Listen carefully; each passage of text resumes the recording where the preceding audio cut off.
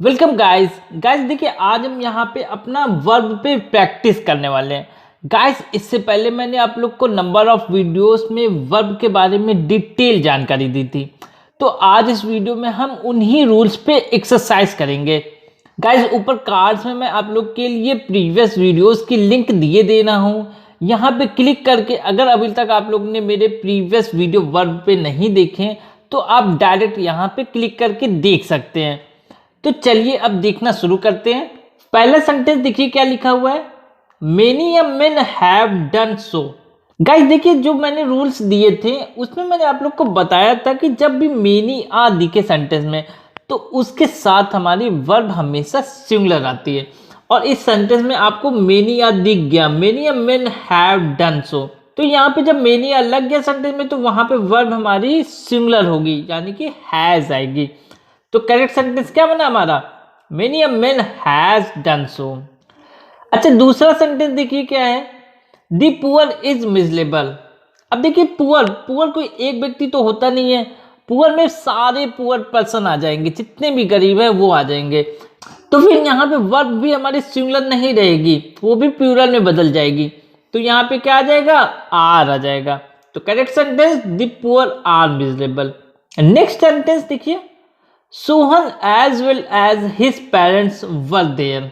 अब देखिए मैंने आप लोग को बता रखा है कि जब भी सेंटेंस में एज वेल एज दिखे तो उसके पहले जो आपकी नाउन या प्रोनाउन आएगी तो उसके अकॉर्डिंग आपकी वर्ब डिसाइड होगी। अब देखिए यहाँ पे एज वेल एज के पहले आपका सोहन आया है तो यहाँ पे जो वर्ब आई है वर, इसे सोहन के अकॉर्डिंग डिसाइड होना है। तो सोहन के अकॉर्डिंग यहाँ पे वर ना आके वॉज आएगी।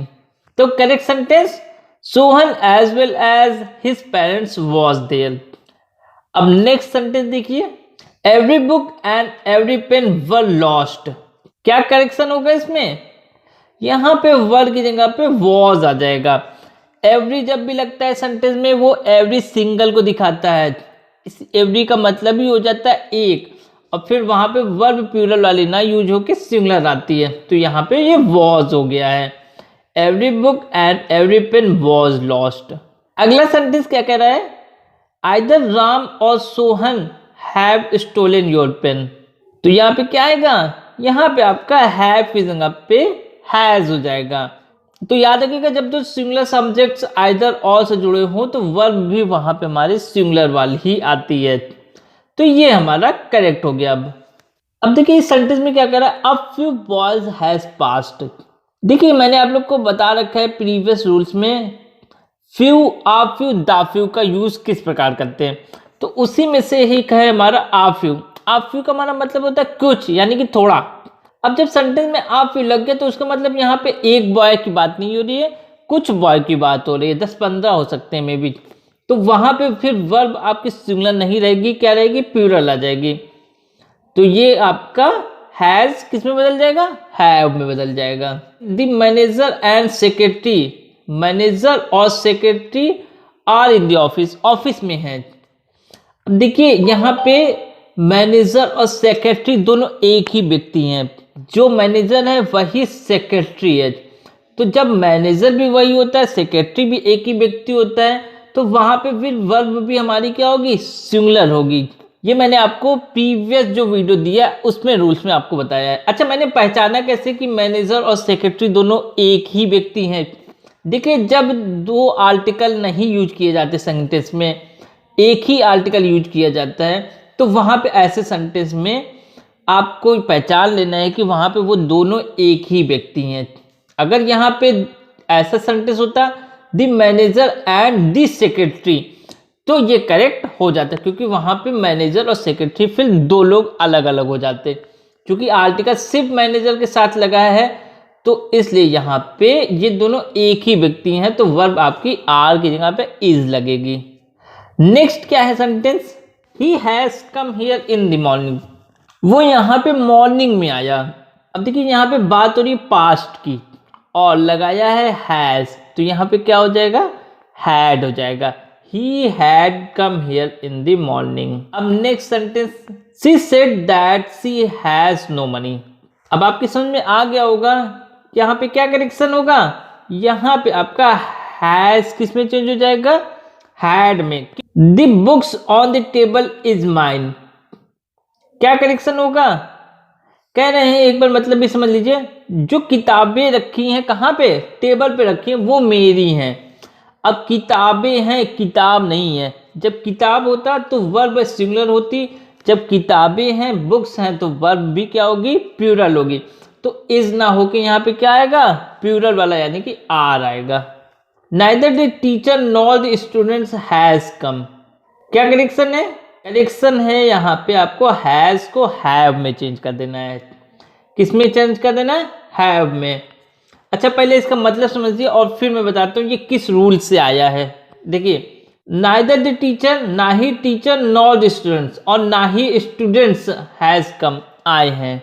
अब देखिए, जब दो सब्जेक्ट्स, एक सिंगुलर सब्जेक्ट और दूसरा वाला प्लूरल सब्जेक्ट्स, नाइदर नॉर से कनेक्टेड हों, तो मैंने आपको पहले ही बता रखा है उस केस में वर्ब प्लूरल होगी और प्लूरल वाले सब्जेक्ट्स के करीब होगी। तो यहाँ पे वर्ब आपकी प्लूरल होगी, हैज हैव में बदल जाएगी, और प्लूरल वाले सब्जेक्ट यानी कि स्टूडेंट्स के करीब में रहेगी, स्टूडेंट्स के बाद में रहेगी। तो अब करेक्ट सेंटेंस क्या बना? Neither the teacher nor the students have come. अब नेक्स्ट देखिए, not only the teachers but also the principal were awarded. अब इसमें ऊपर वाले का जस्ट उल्टा हो गया। क्या होगा? जब कोई sentence not only but also say जुड़ा हो तो उस केस में आपकी वर्ब क्या होती है, बाद वाले के अकॉर्डिंग सेट होती है, प्रिंसिपल के अकॉर्डिंग सेट होगी। तो यहाँ पे प्रिंसिपल आपका सिंगुलर है, इसलिए यहाँ पे वर्ब भी क्या होगी, सिंगुलर हो जाएगी, वॉज अवॉर्डेड। अब नेक्स्ट सेंटेंस क्या है हमारा? He as well as his brothers have come. Simple सी बात है, एज वेल एज जहां पे सेंटेंस में आता है तो उस केस में आपकी वर्ब पहले वाले सब्जेक्ट यानी कि ही के अकॉर्डिंग डिसाइड होगी। तो ही के अकॉर्डिंग यहाँ पे हैज आएगा, ना कि हैव। सिर्फ वो ही नहीं, उसके ब्रदर्स भी आए हैं। नेक्स्ट क्या है आपका? ही रिगार्ड्स मी हिज ब्रदर्स, वो मुझे ब्रदर्स के जैसे मानता है। इस सेंटेंस का मतलब क्या है?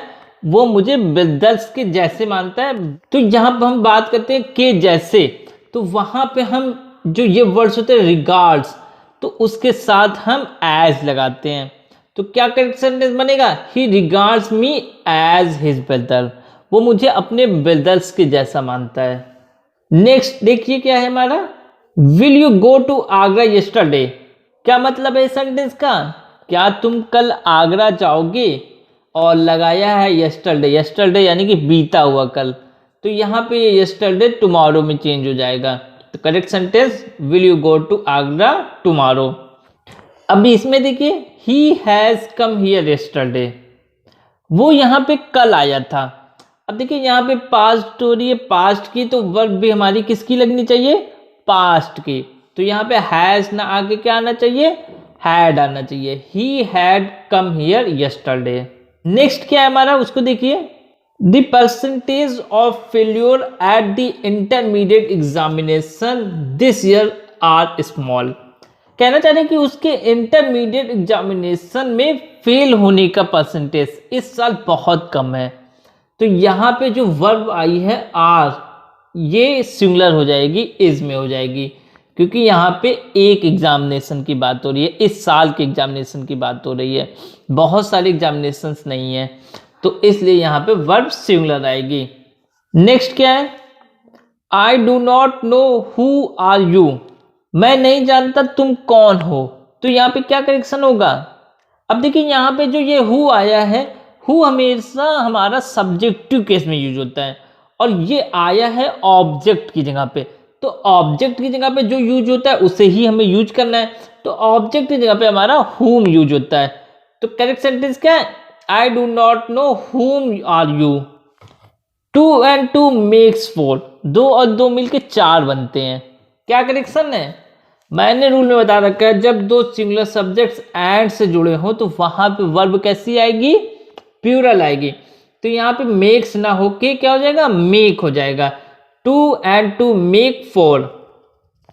तो गाइज आज के इस वीडियो में इतना ही, और इसके अगले वीडियो में अभी हम और भी कुछ प्रैक्टिस करेंगे और भी एक्सरसाइजेस करेंगे इसी पे।